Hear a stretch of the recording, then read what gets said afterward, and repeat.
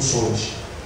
Carta de Paulo, segunda carta de Paulo aos Coríntios, capítulo 5. Segunda carta de Paulo aos Coríntios, capítulo de número 5. Nós vamos ler o que diz a palavra do Senhor. Segunda carta de Paulo aos Coríntios, capítulo 5, versículo 7. É um versículo bem curto, mas Deus fala tremendamente conosco através desta palavra. Quem já encontrou, diga amém. 2 Coríntios 5, versículo 7 diz assim: porque andamos por fé e não por vista. Vamos ler? Pode ler comigo? Amém? Amém. Porque andamos por fé e não por vista. Achei fraco. Vamos lá, você consegue melhorar. Porque andamos por fé e não por vista. Amém e amém. Fecha os teus olhos. Revela, Senhor, o teu querer através da palavra que hoje nós vamos meditar. Fale conosco, Senhor. Nos dê uma interpretação perfeita, a compreensão perfeita, Senhor, da palavra que nós estaremos ouvindo agora. Fala conosco em nome de Jesus. Todos digam amém? Amém. Desocupe sua mão, aplaude o Senhor. E nós começar essa informação dele, pelo menos, exalta o Senhor. Segunda carta de Paulo aos Coríntios, que é o texto que nós acabamos de ler. É uma carta diferente da primeira carta que ele escreve aos Coríntios. Essa segunda carta de Paulo, ela foi escrita depois do ano 54 da nossa era. Uma carta, quando ele escreve, ele não estava na cidade de Corinto, estava em Macedônia, bem provável na cidade de Filipos. E ele faz dessa carta, desta segunda carta, ele faz dela uma carta de desabafo, uma carta de alguém que estava sendo perseguido, caluniado, e por isso que essa carta é conhecida como carta de lágrimas, porque ele, passando por tudo isso, ele pede para que Tito levasse essa carta a Coríntios, e que não somente levasse essa carta e entregasse aos irmãos lá em Coríntios, mas que ele passasse ali alguns instantes, alguns momentos, para observar como que os irmãos estavam, como que a igreja estava.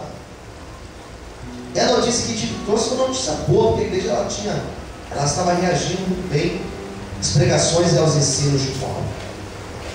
Então Paulo, quando ele escreve a primeira carta aos Coríntios, ele escreve uma carta extremamente doutrinária, falando de 5 pontos importantes. Quantos pontos eu disse? 5 pontos. Quando você lê a primeira carta de Paulo aos Coríntios, você observa que ele tem preocupação, por exemplo, sobre o casamento. E ele apresenta toda uma doutrina sobre casamento, sobre divórcio. Ele fala do jogo desigual do casamento.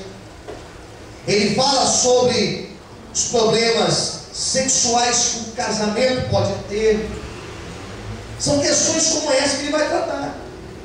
Ele fala, no segundo momento, sobre os dons espirituais, a diversidade dos dons, dando demonstração que a igreja de Coríntios era uma igreja que tinha a busca do Espírito Santo.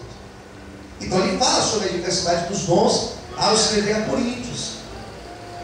Lá em Coríntios tem um dos textos mais conhecidos de todo o Novo Testamento, que é um texto conhecido como a poesia do amor, Coríntios 13, onde ele faz toda uma descrição do amor. Então essa carta, ela é extremamente importante. Nela, além de tudo isso, existe a apresentação de um dos dogmas principais, um dos sacramentos principais da igreja cristã, que é a questão da Santa Ceia, que nós celebramos todo primeiro domingo do mês. Ele fala sobre a Santa Ceia do Senhor. E também fala sobre a ressurreição dos mortos. Então ele trata de assuntos importantes, assuntos doutrinários. Mas quando ele escreve a segunda carta, você observa que ele muda o sentido. Já não fala de doutrinas. Ele agora apresenta uma autodefesa. Estava sendo caluniado, estava sendo perseguido. E ele fala sobre essa perseguição. Ele fala sobre essa afronta, ele apresenta isso.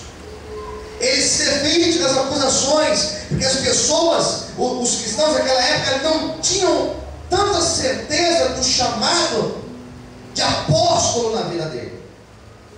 Então o apostolado de Paulo era questionado, e ele argumenta sobre isso nessa segunda carta. Fala sobre a oferta, aquele capítulo, se não me engano, 8 e 9. O 9 é aquele que a gente lê às vezes no nosso culto, quando fala aquele que semeia com a mudança também colherá. Ele encerra a carta dando uma palavra dura aos seus perseguidores. E nessa segunda carta ele fala um versículo que eu acho extremamente importante, que foi o que eu escolhi para nós pregarmos hoje, para nós meditarmos hoje. Que o cristão, ele deve viver pela fé e não pela vista. Quem deu, diga amém. Olha para o irmão, diga para ele: o cristão verdadeiro deve conduzir sua vida, deve viver de uma maneira alicerçada na fé e não naquilo que ele está vendo. É isso. A pregação de hoje está aqui. O conflito entre fé e razão. O conflito daquilo que eu vejo com aquilo que eu creio. Esse versículo 7 do capítulo 5 fala isso.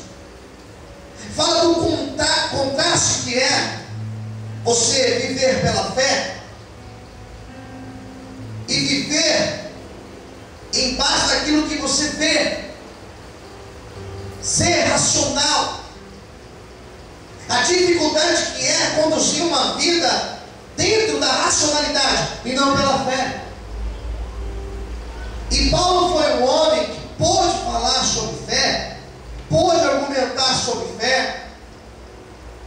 Ele fala muito de fé. Você observa quando ele escreve aos Romanos, eu preguei esses dias isso, ele fala sobre Abraão, apresentando Abraão como pai da fé, e fazendo toda uma apresentação histórica de Abraão, e dizendo que por causa disso Abraão foi justificado, por causa dessa fé. E agora novamente ele toma esse assunto. E aí você pergunta: pastor, mas o que é viver pela fé? Quando nós falamos viver pela fé, o que nós estamos dizendo? Porque muito se prega na igreja que nós precisamos ter fé, nós precisamos acreditar.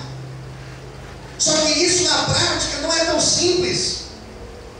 No nosso cotidiano, nos momentos difíceis, quando nós precisamos sim manifestar nossa fé, muitas pessoas criam bloqueios.